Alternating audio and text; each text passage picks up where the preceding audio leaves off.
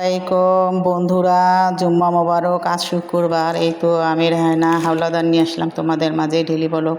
তো তোমরা কেমন আছো? তোমাদের সবাই জানাই আসসালামু আলাইকুম। দেখো আমার ঘরটা কি নোংরা হয়ে রয়েছে, ঘর দুয়ার সব এলোমেলো, চাদর খাটটা গুছানো হয় নাই। তো আজকে শুক্রবার আমি এগুলো সব কিছু গুছিয়ে পরিষ্কার করে নিব। আর দেখো আমি রাত্রেবেলা জ্বর আইছিল, আমি একটু তাড়াতাড়ি শুয়ে পড়ছি। আর কি অবস্থা করে থুয়েছে আমার হাজবেন্ড, আমার বাচ্চারা, ছেলে মেয়ে সবাই।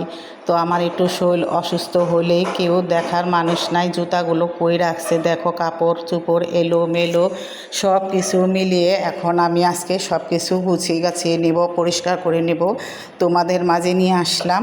এই যে ঘরের কাজ কাম নিয়েছি। তো দেখো আজকে আমি কি করব সারা দিনে তোমাদের সাথে শেয়ার করব। আর তোমরা ভালো লাগলে লাইক কমেন্ট শেয়ার করে আমার পাশে থাকবে আশা করি। এই তো আমি বারান্দা নিয়ে আসলাম কাপড়গুলো শুকা দিতে। তো আমি কাপড়গুলো শুকিয়ে দিব।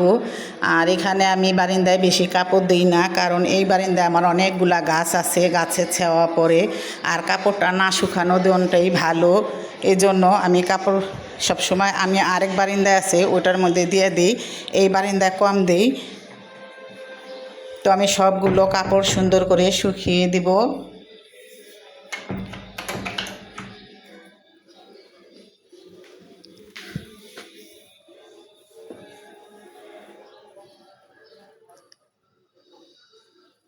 কাপড়গুলো শুকানো হলে আমার বারান্দাটা যে অবস্থা হয়েছে তোমাদের দেখাবো বন্ধুরা, কি অবস্থা। এই বারান্দাটা এখন আমি পরিষ্কার করে নেব কাপড়গুলো শুকিয়ে দিয়ে।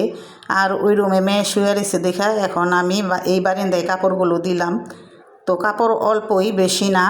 বেশি কাপড় হইলে ওই বারান্দায় দিই, আর অল্প যখন এই জায়গা দিছি। আর এই যে দেখো বারান্দাটা কি অবস্থা হয়ে রয়েছে, প্যাক মাটি, গাছের ফুল পাতা সব কিছু পয়রা নোংরা হয়ে রয়েছে।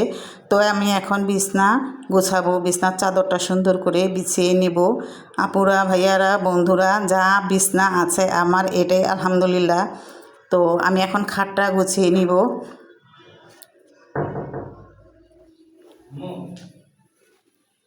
ছেলে এসেছিল আমাকে ডাকতে, তো এই জন্যই একটু যদি তোমরা সাউন্ড পাও, আজ শুক্রবার চারোদিকে একটু শব্দ হতে পারে, তাহলে আমাকে ক্ষমা করে দিবে, ক্ষমা দৃষ্টিতে দেখবে আর একটু ম্যানেজ করে নিবে। এখানে আমি চাদরটা সুন্দর করে গুছিয়ে নিব।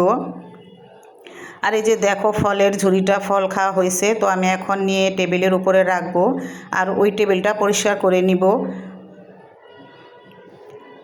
তো এই যে টেবিলের উপরে রেখে দিলাম, এখানে রাখলে একটু হাওয়া বাতাসে ভালো থাকে। তো তোমার ভাইয়া সবসময় রুমে নিয়ে রাখে।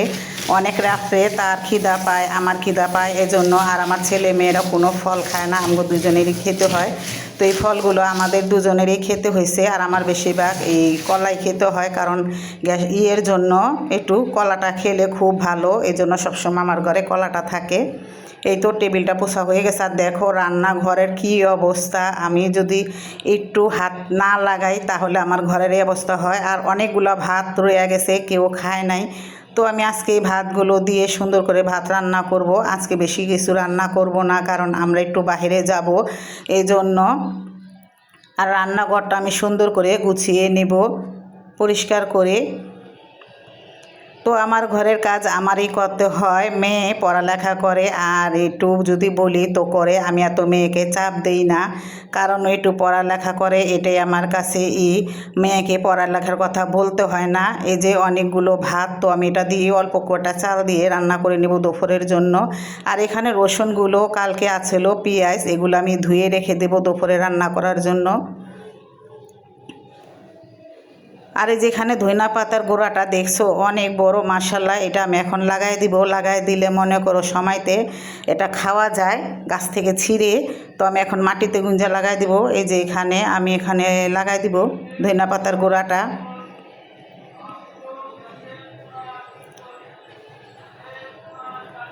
আর এই যে এখানে আমি ধনেপাতার গোড়াটা লাগাই দিলাম। এই বয়স দিতে গেলে অবস্থা, চারে সাইডে জ্বালানা থাকে, খুললা, আর এই ডাক সেই ডাক। তোমরা একটু ম্যানেজ করে নিও। আজকে আমি ভয়েস দিয়েই ভিডিওটা বানাইতেছি।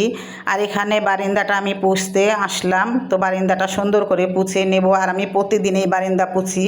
আমার এই বারান্দাটা পোছা থাকলে আমার কাছে খুব ভালো লাগে, সব কিছুই পুছে নেই। মানুষ আছে যেহেতু আমার কাজে, তো মানুষ তো আর প্রতিদিন করবে না, ও একদিন পর পর করে। আর আমার জিনিস আমি প্রতিদিনই করি। আর আমার মেয়ে তো করতে চায়, আমার মেয়েরে দেই না, অল্প একটু কাজ করে। তাই বলি যে তোমার কর্তব্য না, সেই পড়ালেখা করে। এই এক সকালে যাবে স্কুলে 8টার দিকে, আবার রাত্রে সন্ধ্যাবেলা 7টা 8টার দিকে আসবে। একবারে কোচিং কইরা পড়ালেখা কইরা একবার আসবে। তো এই মেয়েরে কীভাবে বলি যে তুমি এটা করো। আর আমার মেয়েকে পড়ার কথা বলতে হয় না, নিজে নিজেই সব কিছু ম্যানেজ করে নেয় পড়া। তারপরও আমার কাজের হেল্প করে আমার মেয়ে। আর আমি কিছু বলি না, যাক একটা মেয়ে পরের ঘরে গেলে তো এইভাবে কাজ করতেই হবে। তো মেয়ে আলহামদুলিল্লাহ কাজ পারে, রান্না পারে, সবই পারে, কিন্তু আমি একটু চাপ দেই না। আর এই তো দেখো বন্ধুরা, আপুরা, আমার বারান্দাটা পোছা হয়ে গেছে। আর আমার এই ভিডিওটা যে আপুরা ভাইয়ারা তোমরা দেখতাছো অনেক কষ্ট করে, তোমাদেরকে অনেক অনেক ভালোবাসা দোয়া রইল। আর আমার ভিডিওর পাশে থাকার জন্য তোমাদেরকে অনেক অনেক দোয়া ভালোবাসা রইল। এখানে আমি নাস্তা খাচ্ছি সকালে, ডিম আর পাউরুটি,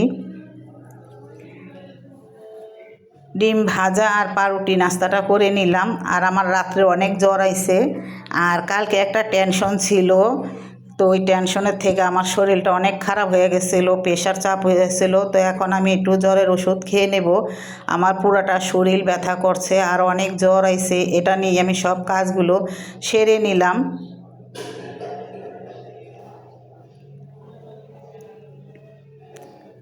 নাস্তা খাওয়ার পর আমি ওষুধটা খেয়ে নিলাম। তো এখন আমার আরও বাকি কিছু কাজ আছে, কাজগুলো করে নেব। আর আমরা আজকে বিকালে যাব একটু বাহিরে। তো আজকে বিকালে বাহিরে যাব আমার বিয়াইনের বাসায় বেড়াতে। তো ওই ভিডিওটা দেখাবো কালকে। আর আজকে শুক্রবার, আজকে কি করলাম সারাদিন, এই ভিডিওটা তোমাদের সাথে আজকে শেয়ার করতেছি, ঘরের কাজগুলো।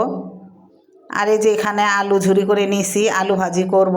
আর মশলাগুলো আছে, আর এই যে পেঁয়াজটা দিয়ে দিলাম। তো আলু ভাজিটা আজকে করব। আলু ভাজিটা খায় আমার ছোট ছেলে। তো এই যে এখানে আমি আলু ভাজিটা করে নিলাম, আর একটু ভাজা ভাজা করে নেব। আর এই যে দেখো এখানে অনেকগুলো পানি উঠছে।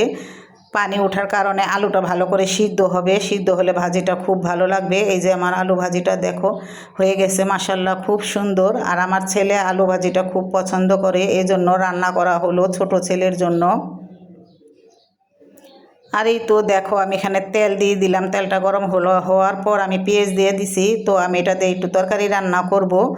আর পেঁয়াজটা লাল হলে মশলা দিয়ে দিব। আর এই যে এখানে দেখো ইলিশ মাছ ছিল ঘরে, এই ইলিশ মাছগুলো ছোট ছোট করে আমি কেটে নিয়েছি। বন্ধুরা তোমরা কিছু মনে করো না, কারণ এই মাছটা ভাইঙ্গা রান্না করলে কাটা লাগে, এজন্য আমি এভাবে পিস করে ছোট ছোট করে লেবু পাতা দিয়ে সুন্দর করে রান্না করে নিব।